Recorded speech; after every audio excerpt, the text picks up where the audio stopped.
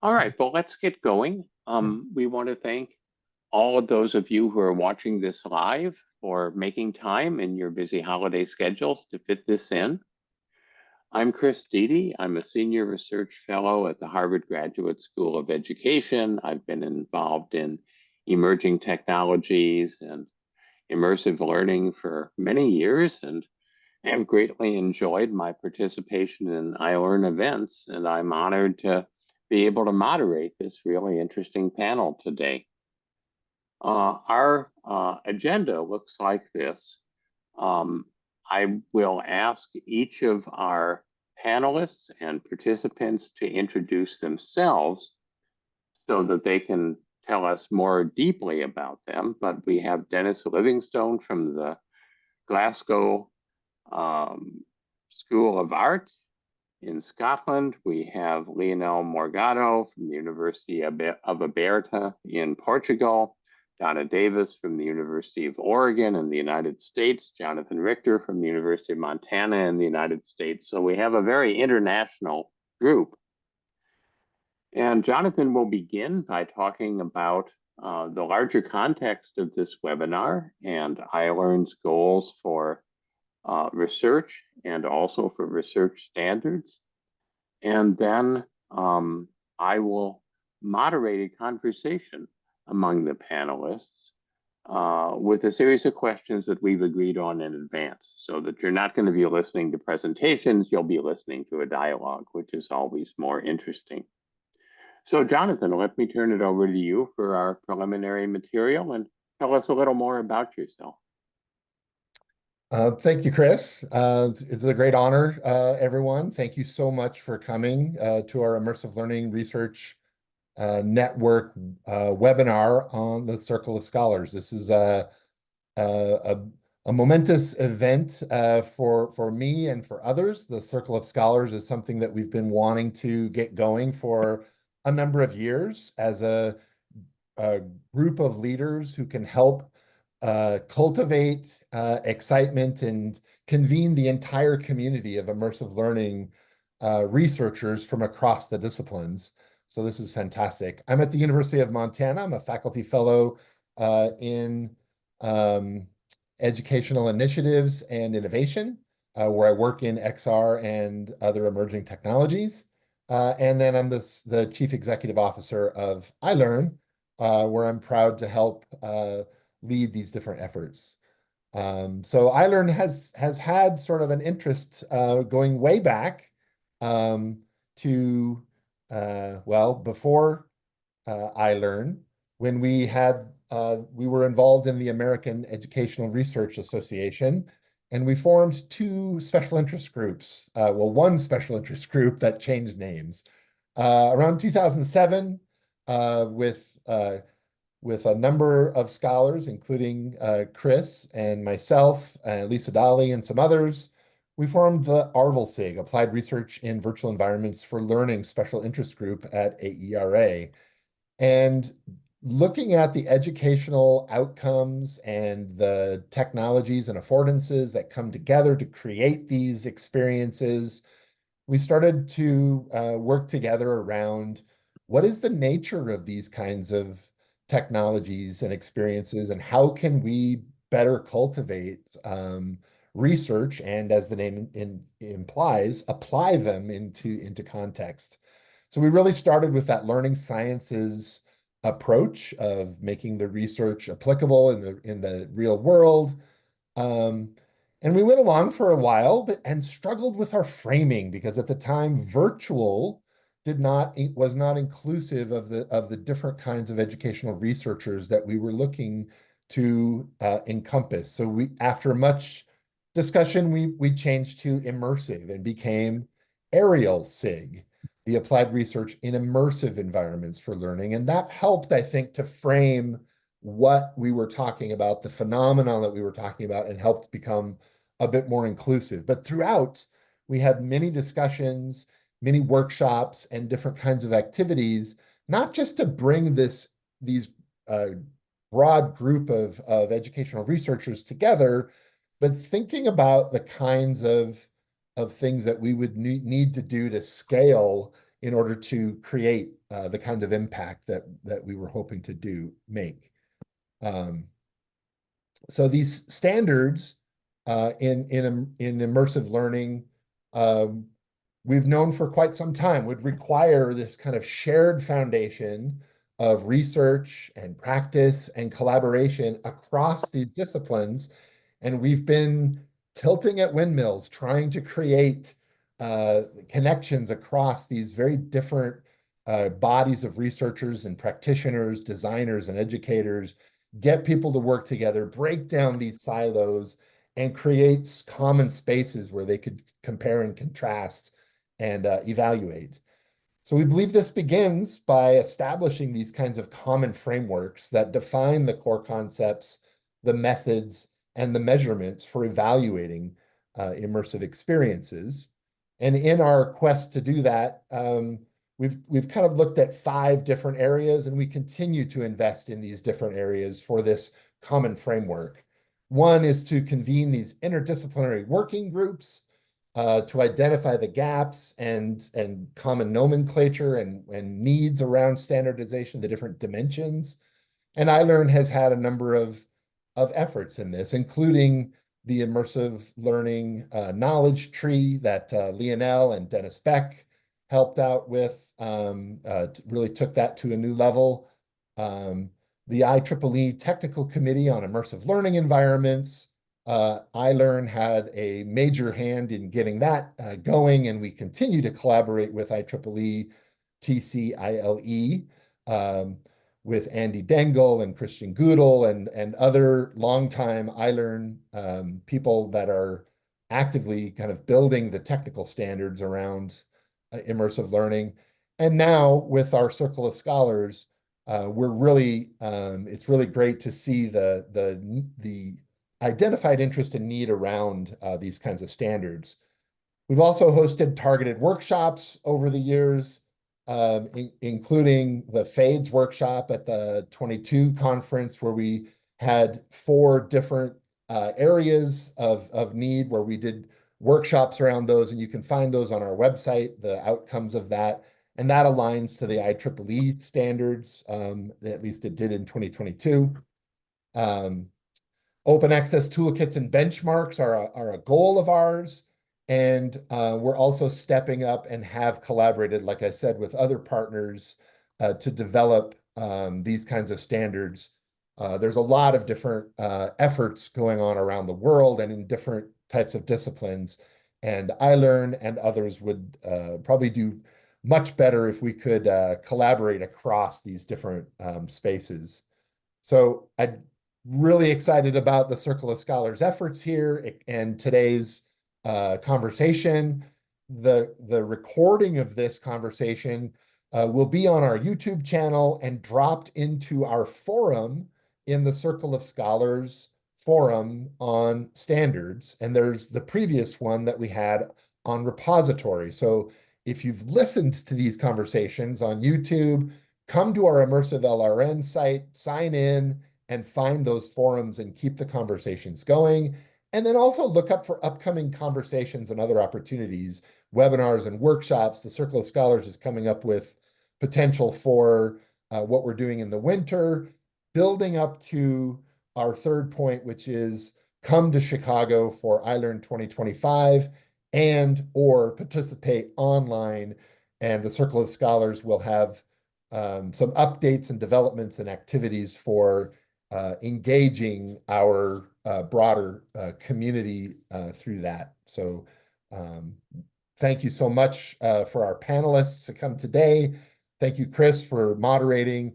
And thank you, everyone, for putting your volunteer efforts and expertise into this immersive learning emerging discipline. We really feel like the future is looking very good. So thank you so much for your efforts. Great. Thank you, Jonathan.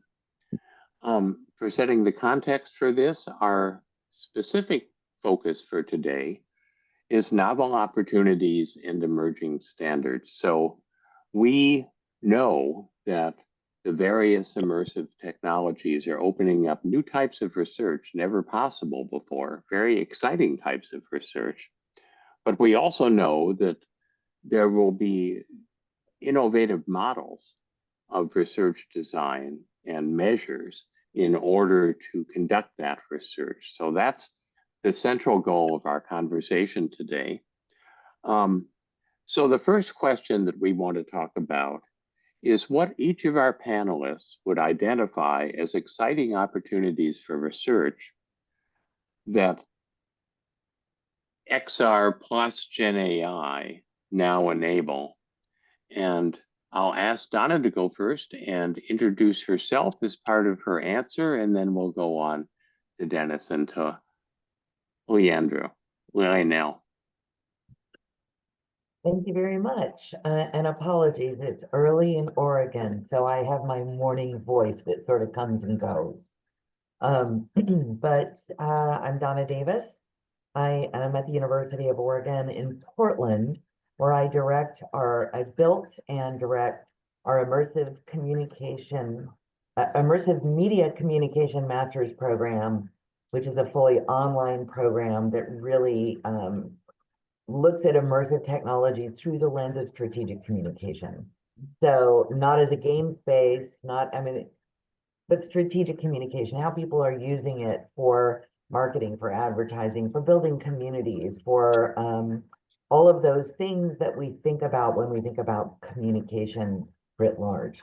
I also founded and direct the Oregon Reality Lab, where we teach, study, and play in our lab, also in Portland. And so that is who I am in my current state. And I'm also a 16-year-old avatar in Second Life. So I've been studying communities in virtual worlds for now about, 16 years? I think I'll be 17 in January. So almost old enough to vote. And with that, I would say the thing that I'm most excited about is, as we talk about these as new technologies, they've been around a while. And there's been some really interesting and good research about in these environments, including what I now refer to as legacy VR, which is Second Life. And at the same time, I even struggle with others who say, well, that's not VR. You need a headset for VR. So as we're talking about standards, even as we think about what is virtual reality, I think as virtual worlds are in that scope. And in virtual worlds, the thing I'm most excited about, especially as we look at Gen Z and their place in these environments, especially in game spaces, the future of identity, as we think about people who experience virtual worlds in an avatar that they can choose, what is that going to do to identity politics, identity economy, even as we think, as companies are focusing on photorealism, does that just bake in all of the biases that we have in the real world when in a virtual world we can break out of those? So, and studying that is what I love to do. So that would be my answer. Thank you, Donna. Daniel, please tell us your thoughts about what's exciting and emerging. Okay. So I'm Daniel Livingstone. I'm a reader in games and learning technology here at the Glasgow School of Art, where we teach and we research a range of topics around visualization, game-based learning, and applied extended reality, particular focus on medical and heritage applications. And what feels like half a lifetime ago, I was co-founder of something called Sloodle with San Jose State University's Jeremy Kemp, which was an attempt to marry I'll call it creative chaos of metaverse-based learning in Second Life with the structured support available in a learning management system, or as we call them here in the UK, a virtual learning environment, such as Moodle. And while that project's no more, it was used quite successfully to support a good number of courses and classes around the world, and did seem to have some particular success among second language learning communities. More recently, I've been heavily focused on my academic role here at the Glasgow School of Art, but continue to work with colleagues at the University of Glasgow's Centre for Virus Research work that's resulted in original virus 3D models, visualizations, and apps used in research, in education, and in public outreach. And with respect to the question, and I think this is very circular, but one of the most obvious and important areas of research for XR plus GenAI is the risks and rewards of combining XR and GenAI in the first place. So it is I think super circular, but I think it's such a big question: is what is actually possible and what can go wrong. And I think that's going to be a really major topic. So there's been such a massive wave of emotion and interest around GenAI, not all positive. It's also, I think, resulted in a lot of people forgetting about that there is other AI out there. Some of it's a lot more established. And things like AI tutor systems are not new.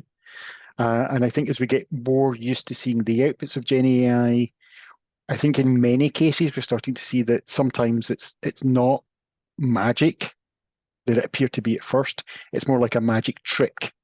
And when you look closely, you start to see the issues with the magic trick, and it's not the magic it appears to be at first. So I think that's a fundamental thing is really figuring out what GenAI is going to be good for and what it's not going to be good for as a sort of first priority for bringing GenAI and XR research together. And Leonel, tell us about yourself and your thoughts on this question.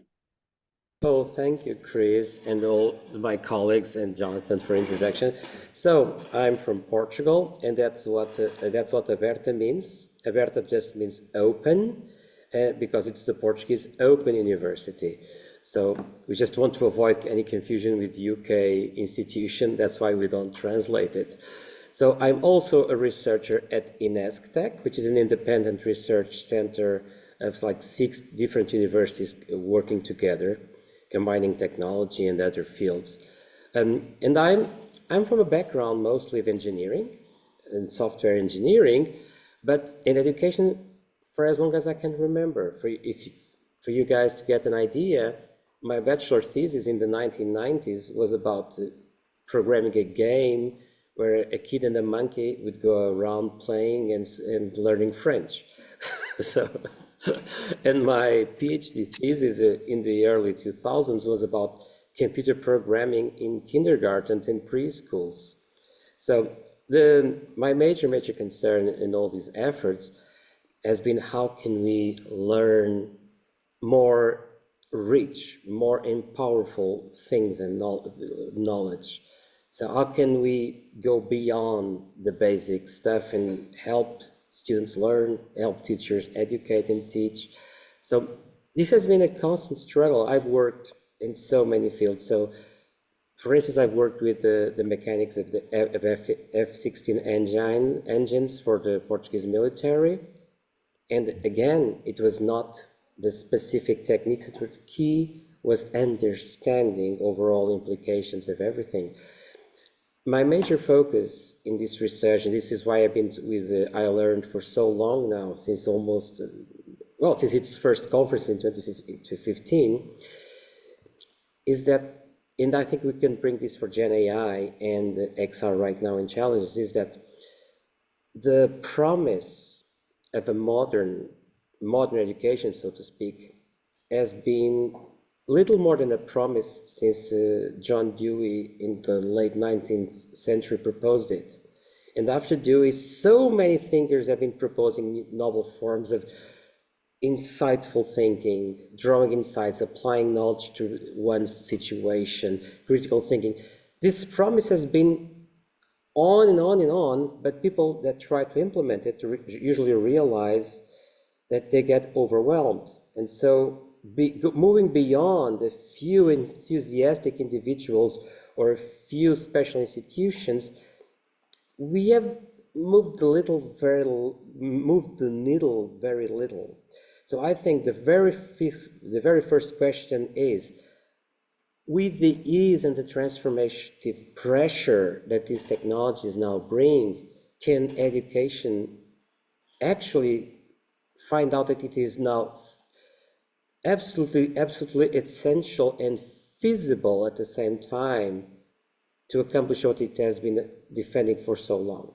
So how does this transform the feasibility of what we want? This is, I think, the first major question.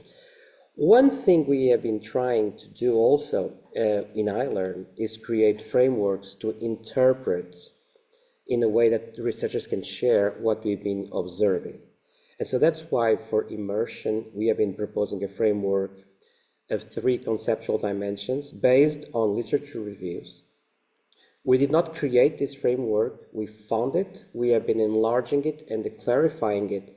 And it helps draw the notion that it's not just having images and sounds around us, it's also the narrative that draws our meaning to what we do and see. And it's all the small hints in the organization that leads us to realize whether we can be more active or passive. Agency. What is our agency? Right now, John could shut me down. John has that power. But you can.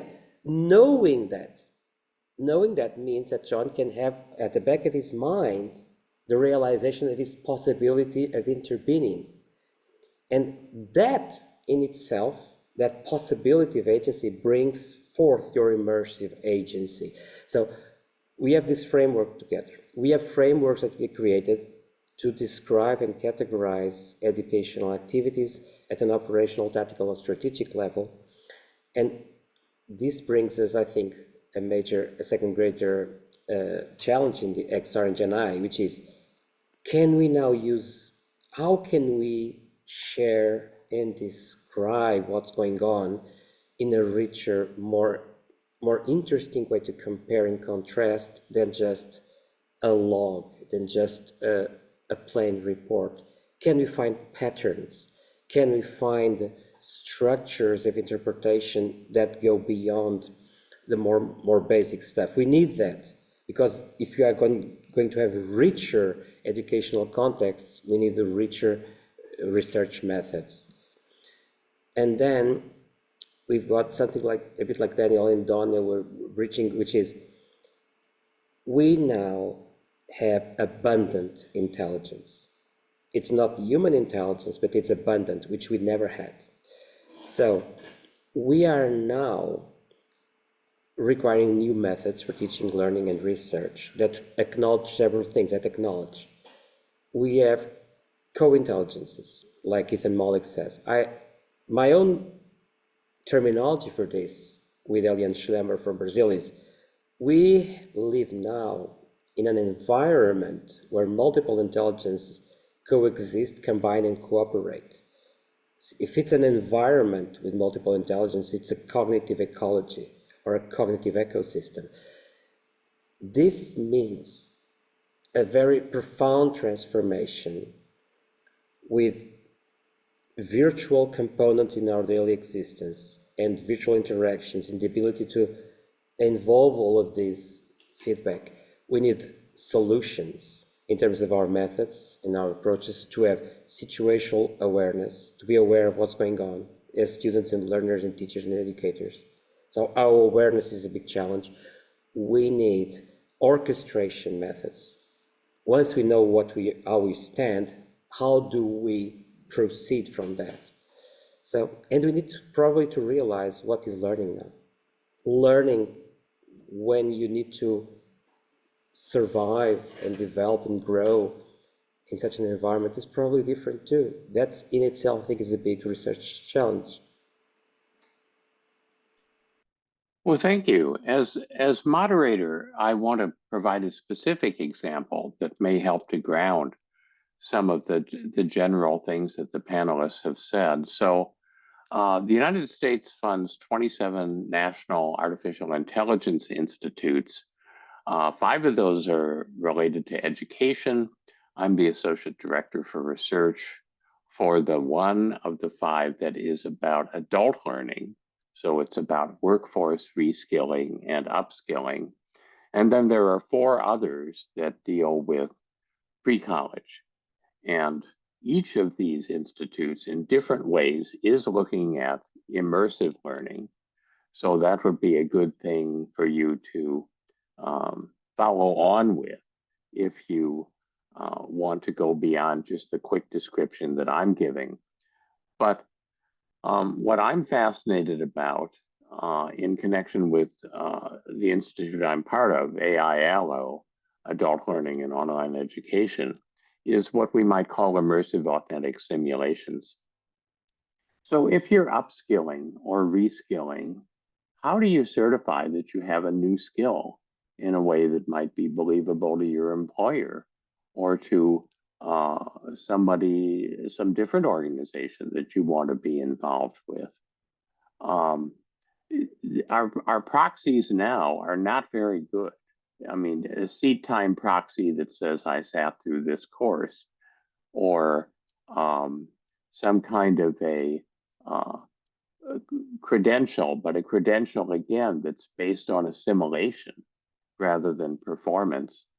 And micro-credentials are potentially exciting and could certify specific skills, but we need a mechanism that's worthy of serious attention. So I'll pick negotiation because I'm involved in a project that's working on that. Suppose you say, I have a durable skill of negotiation that I can bring to any organization and to any role. And how do I certify this? Well, there's a standard set of performances involved in negotiation. And here's my scores on the negotiation with the landlord, the negotiation with the used car dealer, and the negotiation with my boss for a raise. And all of these are taking place in an environment that's a mixture of XR and GenAI. That would be really exciting as a future, and one that could use magic tricks, because I too am skeptical about what GenAI can actually do compared to what the claims are made about it. But I do believe that well controlled, it can simulate these kinds of authentic simulations. And then on the back end, and this gets into the new research methods and measures, now that we have something that can find patterns in natural language, that really opens up a lot of authenticity and a lot of complexity in the data streams that we can collect, which I think are exciting. So this is a time in which the fusion of these technologies, as each panelist has said, offers some interesting challenges, which we'll talk about later, but also opportunities. So building on that example, or another example you want to use, do any of you have new types of research methods or measures or designs that you're using that you'd like to share with our audience?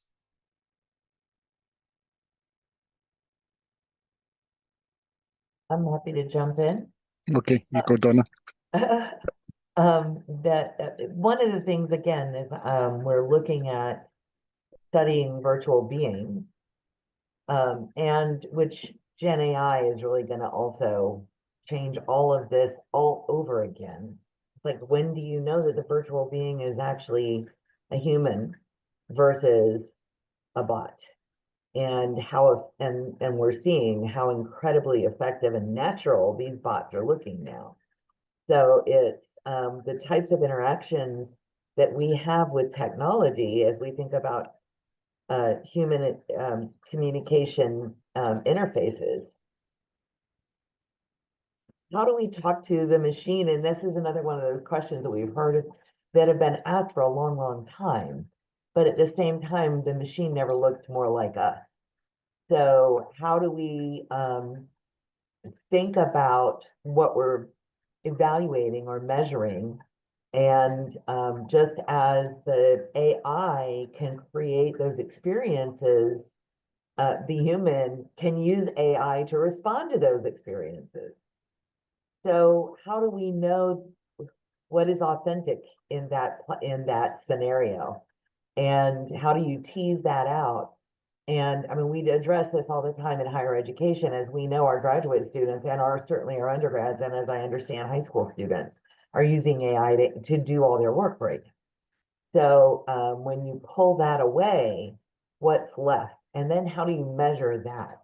And that's how thinking about that. It's the same layer or a different layer, but yet a layer that we've been looking at when the technological layer previously was visual. Now it's intellectual. So what does it mean when I can look like anything? And I did an NSF grant with Tom Belsdorf, where we looked at people with disabilities who could choose, you could choose a body that might not even come close to representing what your physical body would look like. You could choose interactions that worked within your limitations or bust out of them. So we're looking at what is that behavior of the person in that body that actually might be more authentic than the behavior in their physical body, because their physical body wouldn't allow them to do it. So, even just understanding what is authenticity is one of those things that I think we have to really dig into and find. And in terms of methodology, the only way to do that is really, I believe, qualitatively and in a large way, old school, and qualitative methods, as we know, take a lot of time.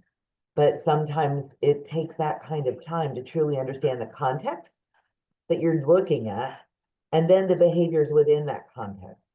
So simple things like an interview in a virtual world, I used to have people stand up and yell at me. It's like, they're not even real people. How does this even matter? They are absolutely a person at a keyboard. And so trying to open our minds and think outside of those limitations of prior research so that we are thinking about these things through the lens of the platform's capabilities and affordances, and think of it in that complete context, and stop trying to put it in the same evaluation mechanism that we would have used previously, where it has to be this and this and this and this. When you're studying inside of these environments, those thises are all squiggly. So understanding the environment, understanding the people that you're dealing with, understanding the nuances and affordances of that environment, all of those become measures. And then you have to pull it all apart and then put it all back together, understanding holistically, what am I looking at, and what have I studied, and what do I understand in that context? And then what implications does that have for us in the physical world?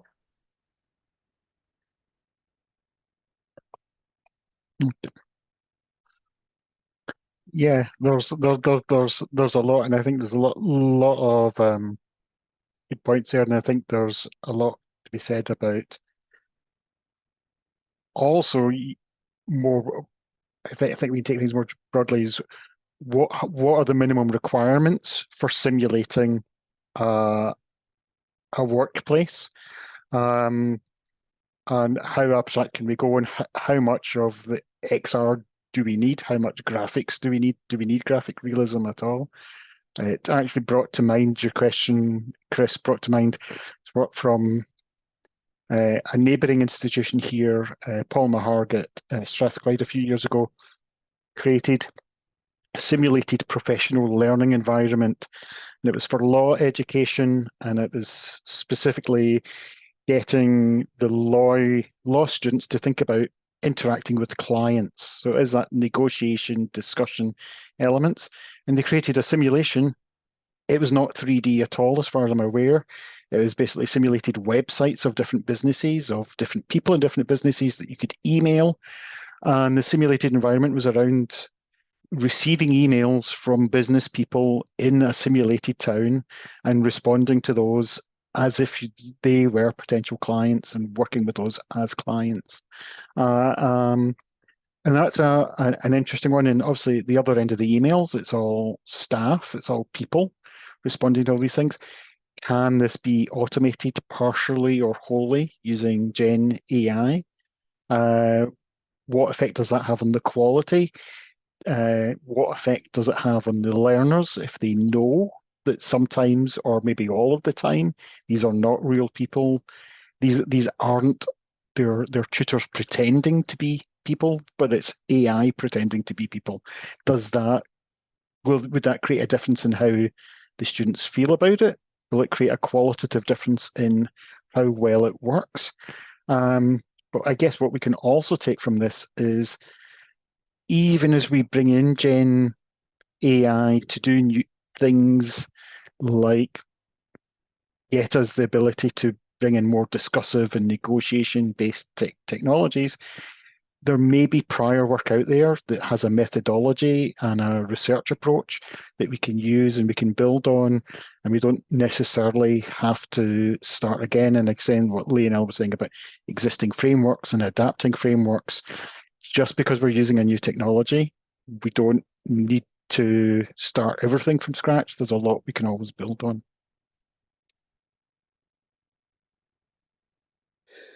Okay, so I think I'm not going to go into the simulation part, which has been said enough already when I had it in here in my notes. I do want to highlight that we have more power for regular users to do their own creation in simulation. Look, any one of us, if we so wish, can go right now to a group of students and say, I want each one of you to instruct ChatGPT on how to provide me or your colleagues with a role-playing game about how you envision this or that or that. Each one of them can do it right now, today. So if we add more tools to create an automated content, we can bring that to our desktops, and I mean our wooden desktops. We can bring that to our parks with our smartphones. So the amount of ability to create interactive intelligence interaction means we have more ways for people to express and discover themselves and their intentions. And this tags up with what Chris was saying. How can we test? How can we certify? Well, we can no longer certify a product. Like if we are based our certification on something someone handed over, that cannot be faked, much to a very, very high level. So we must certify decision-making, views, processes, continual stuff that happens over time, this continuous decision-making, ability to make choices. So there's one tool we are using right there is precisely, one method is precisely this empowering of creation, of co-design. So I will have students as a research setting, but this is part of my courses, regularly go throughout the entire semester organizing themselves into teams as part of virtual traineeships in a fictitious company. And in that company, they have co-workers which happen to be dumb pieces of text, nothing else, just text. Well, but they create their products for their fictitious managers. And so we have more and more power to give people the power to create these situations and showcase. And so this is one method clearly that I think we can use right now. The second one, and I'll stay at 2, is that we tend to overlook the value of low quality work. And we should not disregard it, because there's an immense value of work that is not the best. Heck, most work we do is not the best, otherwise it would be the best, right? So look at that picture that Daniel has behind him. So it's probably a photographer's picture, might be, but we would be fools to neglect that even people that don't know how to frame a picture, don't know how to regulate a camera, if we tell them, just take as many pictures as you want, we can showcase so much beautiful portfolios, so many accounts. We can have so many open of opportunities just because people can do it. And so AI, even the AI we have today, can do below perfect work in many fields. It can do, as I have shown with Dennis Beck, with our quality assistance for quantitative content analysis, it can be at a level of a non-expert colleague in a real life, sometimes at the level of an expert colleague. Basically, we cannot be over reliant, but it's also not bad. Sometimes it's actually quite insightful. So the point is, if you can have all projects that would be at a standstill because you would not have the human resources to develop them or the time, suddenly can say, what can I achieve if I empower people to basically have a lot of this work with varying quality, varying degrees of certainty, but that can be made. It can be made. Can I have a continuously updated overview of a literature? Can I have a daily overview of what's being discussed in 100 Discord forums of students? Can I have a daily overview of stuff that no one would do because it would not be feasible to do? So rethinking what we can achieve with work that is not perfect, I think it's a very important method. So we've outlined some new possibilities, not a complete list, but illustrative of why we're all excited about this. And we've sketched some new opportunities for research, some new types of designs, some methods, including classic methods that may particularly apply here. But then the question becomes, well, what are the issues? What are the challenges that are created? What are the concerns when we move into this new territory? And I can tell you, in the National AI Institute that I'm part of, one of the major issues that we study is trust.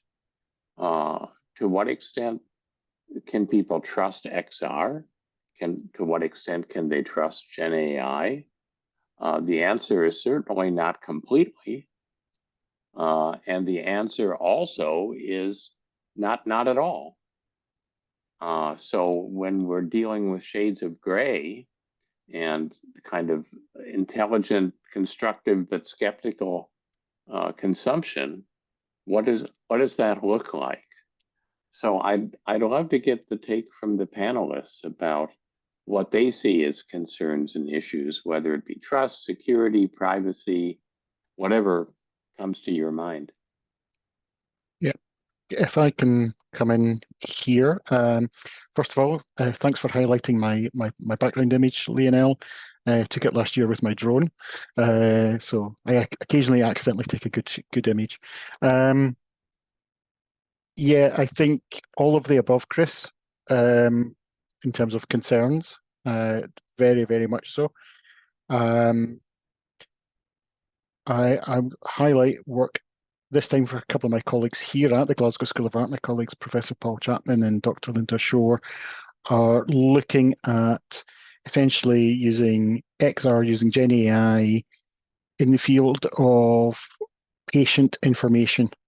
So this is giving information to, so one particular example they're looking at, menopause information, and having some kind of bot that can give in a natural spoken manner through voice, through generated voice, give advice and information to women looking for information on the menopause, on the conditions, and this obviously is quite important. You know, it's got to be reliable information. It's got to be accurate information. There's a lot of benefits in having a natural spoken conversational style instead of the medical National Health Service or medical board prepared text, which can often be very dry, can sometimes be a little bit impenetrable. So it can be very convincing, but what if it's convincing but wrong? what if it, hopefully it doesn't need to collect data from people, and if it is collecting data, how does it use that data, and how does it store that data in a secure, safe, confidential manner? There are a number of approaches they can use to try and improve the output. So one of the key things is they have to be in charge of the information that's being used to train or to feed the responses. They need to be able to set parameters to say, if you're not sure about the response, don't say it. Don't give any information that you're not sure about. And if you do give a response, then you need to provide links to where the source of that information is. Even I think Google's AI overview often doesn't include a link to where the information comes from, as it gives you wildly incorrect information on really challenging questions like, can you roll greater than 18 on a D20? So there's really simple questions that AI can trip up over. You've got real circumstances here where there's really good, useful applications, but where the consequences of getting it wrong can be quite serious. So we need to be able to also provide the links to information, to be able to try and set parameters so that it's only going to give outputs that are when it's very confident, but then additional safety rails of being able to recognize when human intervention is absolutely required. So almost any kind of medical application of GenAI, if they're lawsuit aware and averse, they're probably saying, have a disclaimer there about, seeking medical advice if you have conditions. It's like, this is not necessarily a substitute for a doctor. Yeah, it's concerns all of the above. I'll add to that. My concerns of these technologies, one of the things that in the future of their adoption, my favorite AI story to tell is I asked ChatGPT, who is Donna Z. Davis, PhD. If I just asked Donna Davis, it would say, I have no clue, because there's millions of us. You throw in a Z and a PhD, and instantly I had 3 paragraphs. First one came directly from my profile on the internet. I know that. Second one said I wrote a book. Great title. I should write it, but I haven't. The third paragraph started with, sadly, in 2017, Dr. Davis passed away. So it killed me off. And as we think about hallucinations in AI as one of the challenges, especially Daniel, as you're talking about it in medical, where it could actually literally kill people. At the same time, I think that some of those hallucinations and problems with GenAI right now is its accessibility to information. So it doesn't have the whole picture. It has what's available out there and what it's being trained to do. So there are voices we're not hearing because it doesn't have access. So that leads me to an accessibility issue as one of my biggest concerns, not only through the lens of AI, but accessibility to technology in learning, especially as, we're seeing some really very important labs that are starting to shut down. We're seeing budgets shrinking. We're seeing, everybody, there was such hype around the metaverse and such a massive, what people perceive as failure of the evolution of a metaverse, that people are skeptical, including the people that pull the purse strings. So, how do we build these ecosystems that I think of as somewhat fragile because of the lack of understanding outside of our world and those of us in this circle? And I also worry about accessibility to people who may need it most, simply because of the budget and access to technology. I think I'll start with access, completely underlining that situation. I think for those listening, people that just use the free platforms and the free level of abilities may not be aware of how much it's scaled in quality and the ability. And the problem is that it's simply out of reach, because it's one thing to say, well, it's like a $20 or $30 monthly subscription. That hurts for the majority of the world, that hurts. But it's quite another when you start realizing that that's just for like one tool. But then multiple expert tools start to pop up here and there with various degrees of expertise, and each one a specific subscription. And so that means it's a serious access issue, because while there are open models and stuff that people can start to install, the computational power right now is very high. There is stuff you can do on your smartphones. I know I do have some models running on my smartphones, but the problem is the quality level. So that's access is clearly a major risk, where we can, because the amount of power and ability that these technologies provide is so significant that it can bubble up in other areas of society in terms of influence and power and ability. That's one thing. The other risk is what I apologize if this is for America is deemed too strong a word, but it's what, following our dear former colleague or current colleague Harry Frankfurt called on his magnificent essay on bullshit. And I think a risk is what I would call the bullshitification. So right now, the entirety of society is used to associating good quality of speech and writing with good quality and assertiveness of content and correctness of content. This is intuitive. It served us well right now, and for everyone that can have access to an AI, assertiveness of content and quality of speech and writing is no longer associated or correlated with correctness necessarily. And this means that it's simply too easy to bullshit your way away in most of human interactions. That's going to have an impact in our cognition, which is, we don't know which impact it is.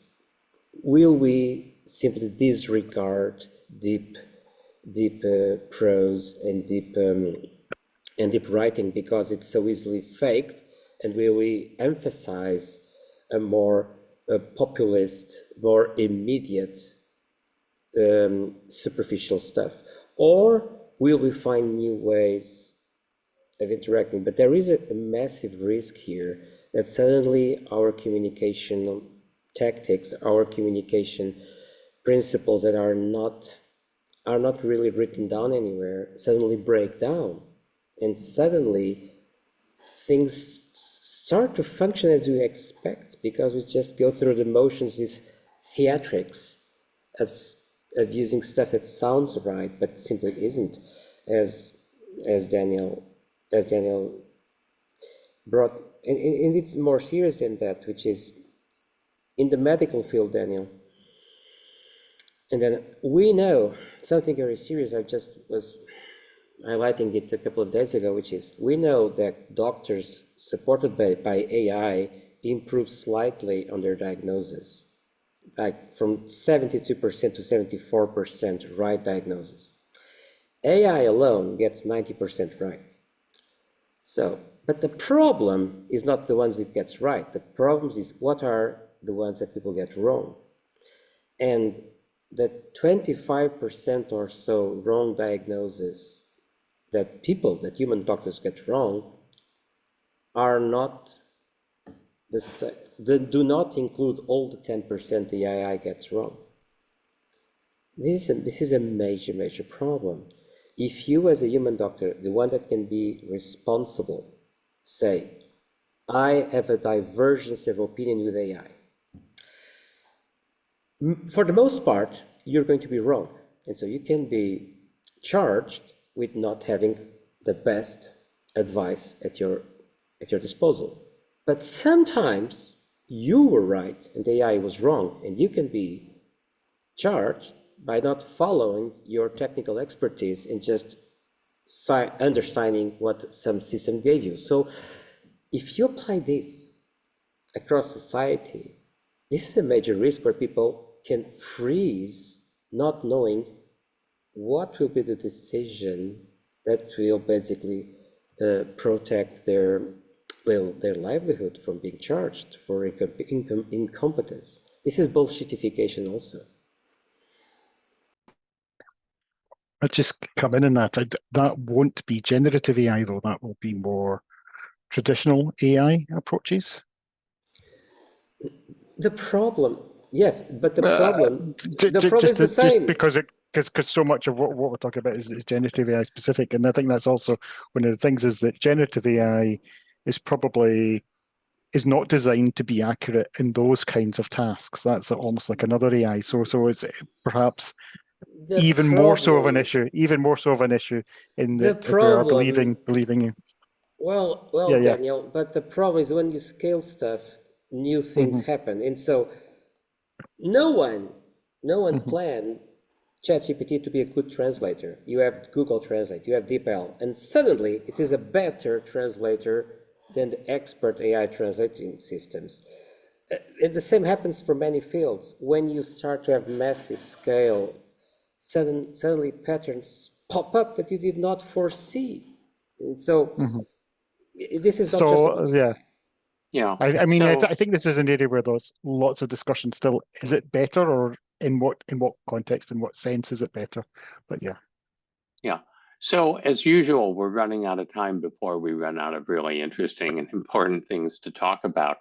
I'm going to ask each of us to take 1 minute, not more, to say to our audience and to viewers of the archive that we create, what would your advice be to them about what they should do, given what we've been talking about? And to model this, I'll start. I think the biggest problem in ed tech is typically old wine in new bottles, that people use the new technologies to automate the old methods rather than using new technologies to understand what's now possible and better, if risky. And so my advice would be that people not use AI as a digital duct tape to hold together the industrial era educational system where you say, oh, now we have a faster way of producing quizzes. But instead, we really look at what might be possible with wholly new methods. Donna, can I ask you to tell us in a minute what you advise? I'm building on that, actually. I think it's maintaining an open mind. And I actually loved what Leonel said, that sometimes work that we don't think of as the best work, we discount, where there might be gems or pearls of ideas, creativity, and intellect in that content. So it's be open to the content, and where I think of AI helping in that process is to help us find the needle in the haystack when we're looking at so much and so much work. So it's like, how do you look at it broadly and with an open mind, and at the same time stay focused on what are you really trying to understand in that space, and how do you use all of that to answer the questions that we're looking at. Daniel? Yeah, I'll try and keep really quick. Just having seen so many people switch very rapidly in recent years from NFTs and metaverse and crypto and go through the whole cycle of them and come to GenAI, and everyone feels like everyone's chasing the same things. Just remember that, there's a lot of established things out there that we still haven't fully explored or fully explored how we can utilize them. And you don't necessarily always have to follow the latest trend. You need to, I guess, keep up with what's happening and be aware of what's happening. But there's also a valid response to all the GenAI stuff coming in, and a valid response is to say, I'm actually going to keep on doing this other thing that I'm doing instead of following the herd into GenAI. That's also an appropriate response for people. There's so much out there that we still don't understand and don't know. Yeah. Leonel. I'd say be humble and do the thing.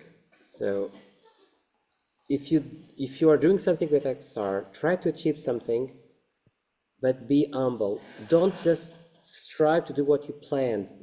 Step outside, consider what you are doing, your processes. Just rethink your original plans from what you do.